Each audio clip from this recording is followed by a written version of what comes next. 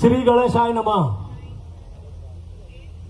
माननीय मंत्रालय की एक परंपरा रही है कि जब भी प्रथम बार माननीय मुख्यमंत्री जी इस प्रांगण में प्रवेश करते हैं तो हम उनका आत्मीय स्वागत करते हैं। जब माननीय मुख्यमंत्री जी पहली बार आए थे तो कुछ कारण हो गए थे, कुछ पहले के हरधर्मी अधिकारी भी थे जो थोड़ा पक्षपात करते थे, कोई बात नहीं। तो उस समय हमारे एक मन में टीस रह गई थी कि माननीय मुख्यमंत्री जी का स्वागत हम ऐसे रूप से नहीं कर पाए जैसा हम करना चाहते थे। तो हम उस स्वागत के लिए हम लगातार माननीय मुख्यमंत्री जी से कोशिश करते रहे। जब विदेश जा रहे थे और उस दिन उन्होंने सिंगल क्लिक से 1210 जो हमारे आवास थे, बहुत बड़ी समस्या थी हमारे आवास की, उसका जब उन्होंने शुभारंभ किया था तो हम उस दिन इनका आभार व्यक्त करने गए थे। लेकिन माननीय मुख्यमंत्री जी की उदारता देखिए, उस दिन भी कैबिनेट से निकल रहे थे, उस कमरे से निकल रहे थे, हम मंत्रालय के ये तो वहीं पहुंच गए थे। तो माननीय मुख्यमंत्री की मुझे आवाज आई, बोले कोई ज्ञापन हो तो ले लेना। मतलब वहां पे भी फिक्र, जबकि हमने ज्ञापन नहीं दिया, हमने माननीय मुख्यमंत्री जी का आभार व्यक्त किया 1210 क्वार्टर के लिए और ये कहा कि माननीय हम सम्मान करना चाहते हैं। उन्होंने कहा हाँ मैं जरा विदेश से आ जाऊं फिर आप लोग सम्मान करना। लेकिन मैं उनकी समझ गया था, वो चाहते थे कि सम्मान मंत्रालय कर्मचारी भी करे, लेकिन उसके पहले उन्होंने मार्च से लेकर जो झड़ी लगाई तो पूरे भत्ते जो 9 साल और 12 साल से रुके हुए थे, 9 साल से रुके हुए थे, मतलब 12 साल से रुके हुए थे, और बिना मांगे उन्होंने वो सारे भत्ते एक ही झटके में दे दिए। मतलब आप सोचो कि कर्मचारियों के लिए कितनी उदारता और संवेदनशीलता थी। आईपीएल का दौर चल रहा है और माननीय मुख्यमंत्री जी धुआंधार बैटिंग कर रहे हैं, बल्ला वो घुमा रहे हैं और कर्मचारियों की बल्ले बल्ले हो रही है। तो मतलब आप भावी पीढ़ी के जो लोग बैठे हैं, जो नए लोग बैठे हैं, उनको ये याद रहेगा और हमको भी याद रहेगा, और आने वाले 50 साल बाद भी ये बात कोई मानेगा नहीं अगर कोई नया आदमी होगा कि ऐसा भी हो सकता है कि बिना मांगे कर्मचारियों की मांग एक झटके में पूरी हो जाए, एक झटके में। ये एक दस्तावेज हो गया है, क्योंकि हमने देखा है कि पूरी मांगों के लिए हम माननीय 9-10 साल से लग रहे थे कि हमारा आवास भत्ता नहीं बढ़ा, हमारा कन्वेंस नहीं बढ़ा, हमारी दूसरी मांगे पूरी नहीं हो गई। लेकिन एक लिस्ट है जिसकी कि अब ये हमारे एंकर मोदी भी वो चर्चा कर रहे हैं। तो हम तो ये आश्चर्य में है कि अगर 10 साल पहले ही अगर माननीय मुख्यमंत्री जी आ जाते तो हमारी समस्या तो 10 साल पहले ही हल हो गई होती। तो इनके विलंब से आने के लिए मेरे पास कुछ है ना, जो इन्होंने आपको महकाया है, मतलब तरोताजा करा। तो मैं कुछ बोलना चाहता हूं कि खुशबू जैसे लोग मिले अफसाने में, खुशबू जैसे लोग मिले अफसाने में, एक पुराना खत खुला अनजाने में, और शाम के साए बालिस्तों से नापे हैं, चांद ने कितनी देर लगा दी आने में। तो हम इन सब चीजों के लिए लड़ रहे थे। अब आपको बताऊं कि भावी पीढ़ी को यह भी याद होना चाहिए कि हमारा जो संघर्ष है ये ऐसा ही नहीं है। अगर आप 20 साल पहले और बल्कि 22 साल पहले की बात करें तो इस मंत्रालय में, माननीय मैं आपको बताना चाहता हूं, इस मंत्रालय में इतना अत्याचार हुआ था कि इस मंत्रालय में घुसकर पुलिस ने कर्मचारियों को पीटा था, मंत्रालय के अंदर। मतलब इतना आतंक फैल गया था उस समय कि कर्मचारी भयभीत हो गए थे कि अब क्या होना है। लेकिन ठीक है, हमने वो 2003 के बाद से हिसाब किताब समझ गए ना, तो वो पूरा कर लिया। अब माननीय मुख्यमंत्री जी की मैं बात करूं, कितने सरल सौम्य सज्जनता से मिलते हैं, ये उनका व्यवहार है, और कार्य में दृढ़ता, दबंगता और निष्पक्षता के कायल हैं ये। तो दोनों हाथों से दे रहे हैं, दोनों हाथों से दे रहे हैं माननीय मुख्यमंत्री जी। अच्छा, फैसला ऑन द स्पॉट हो रहा है। उस दिन हमारे सहोदर संगठन राज्य कर्मचारी संघ के कार्यक्रम में गए, वहां उन्होंने कर्मचारियों की जो मांग थी चिकित्सा वाली वो पूरी कर दी। निरंतर हमारी मांग जो एक के बाद एक पूरी होती जा रही है। अभी देखो, आप केवल कर्मचारी की बात नहीं करूं तो मैं राहगीर योजना जो एक्सीडेंट हो जाते हैं उसमें लोग डरते थे कि पुलिस इधर से आ जाएगी उधर से आ जाएगी और पूछेगी हमसे। अब ऐसी कर दिया कि घायल को अगर कोई ले जाएगा तो उसको 25,000 रुपए मिलेंगे।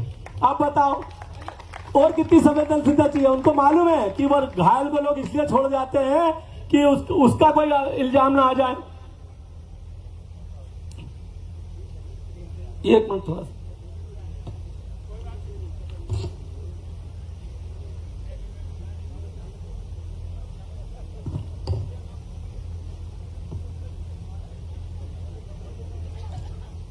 माननीय मुख्यमंत्री जी ने दोनों मतलब जो ऐसा नहीं कि केवल जनता के लिए कर रहे हैं, वो कर्मचारी वर्कर चारों तरफ से जो संभाग वाइज रोजगार पैदा हो रहे हैं, कृषि में हो रहा है, उद्योग में हो रहा है।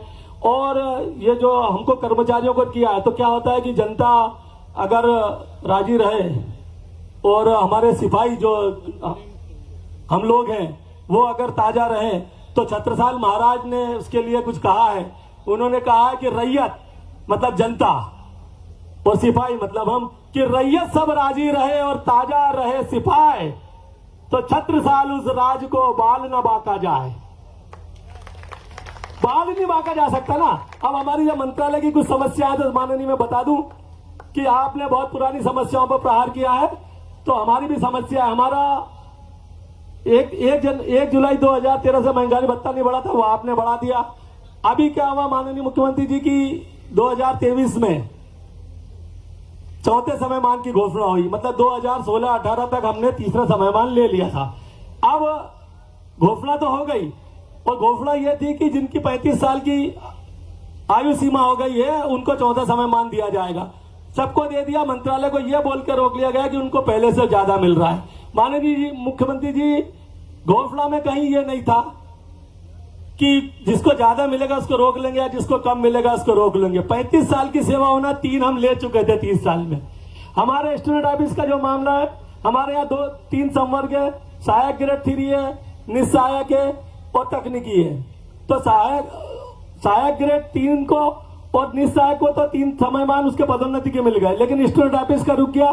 7 साल से माननीय कैबिनेट के लिए फाइल अप्रूवल होने के बाद भी रुकी हुई है। नंबर 3, हमारे तकनीकी कर्मचारी को तो तीसरा ही समय मान नहीं मिला माननीय। और दूसरी बात, ये जो हमारे जो आवास की एक बहुत महत्वपूर्ण की तरफ मैं आपका ध्यान दिलाना चाह रहा हूं। मंत्रालय में क्या सब बिखरे हुए लोग रहते माननीय, तो मंत्रालय का एक अगर ब्लॉक बना दिया जाए और उन बिखरे हुए को एक जगह कर दिया जाए और जो नए बच्चे उनको भी कुछ अलॉट कर दिया जाए तो मंत्रालय की एक कॉलोनी डेवलप हो जाएगी। तो उनके आवागमन के लिए भी अच्छा रहेगा। एक ही क्लिक में सब यहाँ आ जाएंगे, एक मैसेज भिजवाया कि मंत्रालय आ जाएंगे। इधर उधर से आना पड़ता है, परिवहन की भी सीमा बचेगी। एक हमारी एक समस्या और है माननीय की ये सब नए बच्चे हैं, ये खेलकूद में भी इंटरेस्ट रखते हैं कई लोग। तो हमारा एक क्लब है, ये पीछे 1967 का बना हुआ है जब गोदाम बने हुए थे, तो वहां हम कुछ इंडोर के कार्यक्रम करते रहते हैं। माननीय विधायक जी भी कई बार उस कार्यक्रमों में आए, तो वो वहां पर जगह भी है। तो वहां अगर एक 2 मंजिला या कुछ मंजिला अगर एक इंडोर खेल कॉम्प्लेक्स बन जाए तो पूरे मंत्रालय और विंध्याचल सतपुड़ा सबके लोग खेल लेंगे। एक और माननीय कि 2003 में जो तंग किया हमको वो तो ठीक है, 2018 में थोड़े दिन के लिए जब वो सरकार आई तो फिर ये नए लड़कों के लिए कानून लगा दिया 70, 80, 90। मतलब छोटे कर्मचारी पहले साल में 70% मिलेगा। माननीय मैं बताऊं कि पीईबी से जो नियुक्त होते हैं, मतलब छोटे कर्मचारी, एलडीसी, डाटा एंट्री ऑपरेटर, उनके लिए उन्होंने यह कानून लगाया कि उनको पहले साल में मूल वेतन, जबकि भर्ती नियम के अनुसार वो वेतन उनको मिलना चाहिए, तो वो मूल वेतन का पहले साल 70% मिलेगा, दूसरे साल 80% मिलेगा, तीसरे साल 90% पड़ेगा। तो माननीय जी, ये काला कानून जो वो बना के गए, तो मैं चाहता हूं ये 80, 90, माननीय मैं चाहता हूं ये 70, 80, 90 अब हो जाए पूरे 100। और अच्छा देखिए, ये कानून में भी ऐसा हुआ कि जो पीएससी से पास होंगे, जो पीएससी से सिलेक्ट होंगे, उनको तो 100% मिलेगा। अच्छा, इनको 70% मिलने के कारण क्या हो रहा है कि इनके भत्ते भी 70% हो गए, जबकि भर्ती नियम में उसका न्यूनतम वेतन पहले से निर्धारित है और बहुत छोटे कर्मचारी हैं, तो ये हटना चाहिए माननीय, है ना। हमारे 2013 से कैबिनेट में निःसचिव सचिव और अनुभाग अधिकारी की मांग रह गई, वो भी है हमारी। हमारे यहाँ कुछ ये जो आउटसोर्स वाले हैं उनको बहुत कम भत्ता मिलता है, 12,000 रुपये मिलता है। अब आप उदारता से देख रहे हो, तो मैं सोच रहा हूँ कि मांगने में, अब हम, मेरा एक साथी अभी यहाँ कुछ कह रहे थे कि भैया दोनों हाथ खुले हुए हैं, मांगने में कमी मत कर दियो। तो मैं मांग, आपकी सारी मांग रख देता हूँ, और माननीय मुख्यमंत्री जी पूरी मांगों से अवगत हो जाएंगे। और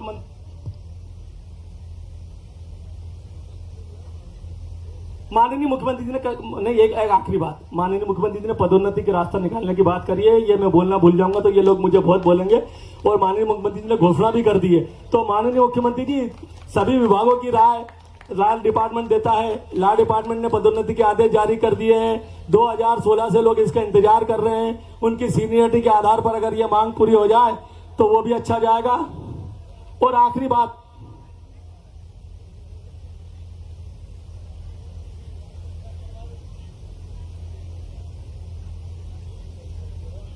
और माननीय मुख्यमंत्री जी, अब मैं बाकी एक छोटा सा निवेदन कर लूं कि अब आप तो इसी सदन में बैठे हैं, तो हमारी तो द्वारिका यही है, और सब बोल रहे हैं कि जब द्वारिका में खुद ही आदरणीय मोहन जी ही बैठ गए हैं तो हमें किस बात की दिक्कत है। और आखिरी में जो तुम्हारी कमी रह गई है उसके लिए 2 लाइन बोल के मैं अपनी बात समाप्त करूंगा कि माना मेरे हाथ में, ऐसा हालांकि खाली गिलास नहीं है, माना मेरे हाथ में खाली गिलास है, पर दिल को तसल्ली है कि सुराही के पास है। तो ये शीतल जल आपको मिलता रहेगा तप्त गर्मी में, गर्म गर्मी में। मैं अपनी बात को समाप्त करता हूं। माननीय मुख्यमंत्री से इतना निवेदन करूंगा कि बाकी बातें तो आप यहीं बैठे हैं, कभी भी आप टाइम देंगे तो हम आ जाएंगे। धन्यवाद आपका बहुत बहुत।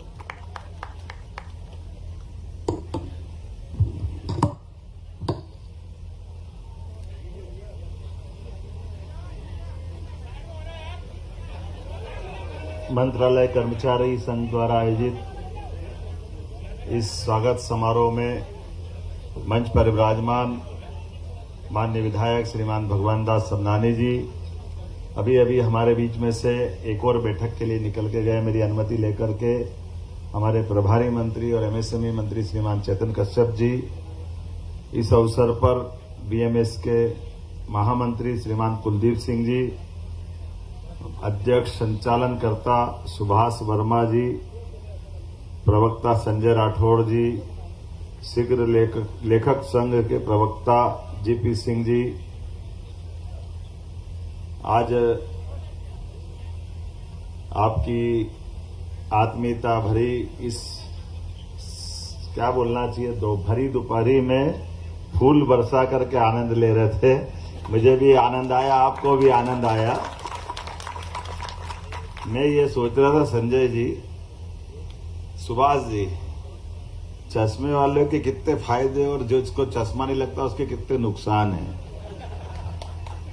चश्मे वाले ढूंढ ढूंढ के पढ़ता जा रहा है, उसके उनमें कुछ छोड़ नहीं रहा है। और मैं जब आ रहा था तो चश्मा नहीं लगा था, तो मेरी आंख खुल नहीं रही थी, फूल पे फूल जाए जा रहे थे, तो मैं नीचे देखते जा रहा था कि तुम्हारी मर्जी है, क्योंकि बड़ी मुश्किल है। जो चश्मा अगर हो तो आंख खोल के देख लो तो कम से कम चश्मे पे रुक जाए। अब ये फायदा है कि नुकसान है चश्मा नहीं होने का, ये आप जानो। लेकिन मुझे इस बात का आनंद है, आपका प्रेम भरा हार्दिक अभिनंदन का ये पूरा कार्यक्रम, मैं हृदय से आपका अभिनंदन करता हूं, आभार मानता हूं, सभी मित्रों का सबको नमस्कार भी करता हूं। यशस्वी प्रधानमंत्री के नेतृत्व में बदलते दौर में पूरा देश करवट ले रहा है, पूरा देश एक अलग प्रकार से अलग वातावरण में चल रहा है। और ये बात भी सही है कि लोकतंत्र के अंदर हम सब एक मामले में समान है। कभी कभी हमको ये गलतफहमी हो जाती है कि हम बड़े हो गए, आप छोटे हो गए, ना कोई बड़ा ना कोई छोटा। सरकार जब बनती तो बटन तो सब बराबरी से दबाते हैं, बटन में कौन सा अंतर है? आपको कोई छोटा दबाना पड़ता है क्या? ना आप छोटा दबाते हो ना कोई बड़ा दबाता है। हम सब मिलके जब सरकार बनाते हैं, जैसे खेल के अंदर, कबड्डी के अंदर कबड्डी के खिलाड़ी बढ़ जाते हैं, कोई इधर खड़ा हो जाता है, कोई इधर खड़ा हो जाता है, और अपने अपने ढंग से अपनी प्रतिभा का प्रदर्शन करते हैं। कुल मिलाकर के उस खेल की भावना भी यही है, और लोकतंत्र की भावना भी है। सरकार के अंदर गए जमाने के हम किसी पर्टिकुलर कोई समाज के होंगे, कोई घर के होंगे, कोई बड़े राजवंश के होंगे, ऐसा कुछ नहीं, सब समान। और हमारी उस भावना के आधार पर परमात्मा ने मौका दिया है, जितना अच्छा कर सकते जरूर करें, इसमें कोई शंका नहीं। मुझे इस बात के लिए आपने धन्यवाद दिया कि कभी कभी कई बार कई सारी चीजों का समय आता है, कुछ कारण से समय कोई कारण से लोग चाहना करना भी चाहें नहीं कर पाते। बहुत सारी एक तरह की बातें नहीं है, बहुत सारी तरह की बातें, लेकिन आज समय आया है, परमात्मा की दया से अच्छा हुआ। मेरी अपनी ओर से आप सबका वंदन, अभिनंदन। आपने 2-3 बातें कही, मैं 2-3 बातों से और आगे भी बातें कहता हूं जो हमारे लिए समझ में आएगी। कुछ नहीं दिया भी है, मैं पानी वानी डाल रहे हैं, पानी डालो मत तो ऐसे ही हो जाएगा ठीक ठाक। अंदर घी तेल रखा हुआ है, आप शुद्ध माल लाए हो तो देर तक जलेगा वो। हम सब के लिए आज वल्लभ भवन के मंत्रालय के प्रांगण में आज अभिनंदन करते हुए आप सबका मैं हृदय से पुनः एक बार आभार भी मानता हूं। और कुछ चीजें जरूर है जिसके लिए मैं बार बार अपने अधिकारियों से भी बात करते हुए कहता हूं कि जो जिसके हक का पैसा है, जिसके हक का अधिकार है, उसमें 1 मिनट की देरी मत करो, तुरंत उनके हक की बात पहुंचाओ। ये अपराध है, ये ऐसा नहीं होना चाहिए, इसको क्यों टालना है। हम जब कोई अच्छा निर्णय कर रहे हैं, जनता के लिए भी कर रहे हैं, तो जनता के बीच के निर्णय करने के लिए हमारा मन अच्छा है, तो अधिकारी के लिए मन क्यों खराब होना चाहिए। अधिकारी कर्मचारी ये तो हमारे काम के अंग है, हमको उनसे काम लेने का अधिकार है, लेकिन उनके निजी अधिकारों के लिए भी उनके साथ खड़े होने के लिए हमारी तरफ तो वो देखते हैं। ये भाव हमारा बड़ा होना चाहिए, इसमें कोई संकोच नहीं। और बदलते दौर में आपने सबने देखा ही होगा कि सारे के सारे निर्णय बहुत अच्छी गति से, अच्छे तरीके से चलते जा रहे हैं। और इससे आगे बढ़कर के भी कई मामलों में ऐसा लगता है कि आपने कहा कॉलोनी बनाएंगे, आप अपनी तरफ से आ जाएंगे, जो आप कह रहे हो वैसा भी कुछ करना हो तो जरूर करेंगे। लेकिन मेरा तो मत है कि आपके सबके मकान भी घर के क्यों नहीं होना चाहिए, जल्दी से जल्दी सबका मकान दिलवाओ, क्या परेशानी है। मैं जब प्राधिकरण में था, विकास प्राधिकरण में, तो कई अधिकारी आज बड़े बड़ी पोस्ट पे आ गए। मैंने अलग अलग वर्ग के लोगों को बुला बुला करके मकान दिए, और जो खास करके नई उम्र के नए लोग थे उनको भी बुला बुला के दिए। हमने कहा देखो भाई, अभी तुम्हारी तनख्वाह है, तुम्हारा परिवार की नीचे की जवाबदारी नहीं है, अभी समय पे निर्णय कर लो, बाद में 10-20 साल बाद आपको इसकी कीमत भी ज्यादा लगेगी, घर में खर्चे भी बढ़ जाएंगे, पता ही नहीं चलता। तो ये हमारे लिए, और मैंने उसमें कोई नया काम नहीं कर रहा था, मैं प्राधिकरण का अध्यक्ष था। प्राधिकरण के अध्यक्ष को सारे प्लाट बेचना, मकान देना, ये उसका दायित्व है। तो मुझे इस बात के लिए क्यों नहीं कहना चाहिए कि भाई आप अगर अधिकारी, कर्मचारी मंत्रालय का हो, कहीं का भी हो, उसके हक के लिए वो उस दायरे में आता है, सरकारी नियम कानून में आता है तो वो कर दें। हाँ, ये अलग बात है कि जैसे परमिशन देने वाली बात है, तो परमिशन देने में क्यों अटकाना चाहिए। मैं तो सभी विभागों के लिए कहता हूं, अधिकारी को भी डांटता हूं कि भाई आप लटका मत। अगर वो अपने उस दायरे के अंदर आपसे कुछ मकान खरीदने की परमिशन मांग रहा है, कुछ चीज मांग रहा है, तो आप उसके लिए बंधन मत बनो, उसके अपने हक की चीज है, उसको मदद कर दो, उसमें क्या परेशानी। एक आपने बीमा की बात भी कही, तो हमने कहा बहुत जल्दी निर्णय होने वाला है। मतलब एक तरह से कि भाई बीमा होता, इतनी बढ़िया बढ़िया पॉलिसी है, काय के चक्कर में पड़े, बढ़िया अपना 15-20 लाख 25 लाख जो लगेगा लगेगा, लेकिन कम से कम व्यक्ति तो सुरक्षित रहेगा ना, उसके जीवन में ये कष्ट आता है। ऐसे में हमारे मन की संवेदना भी तो होना चाहिए।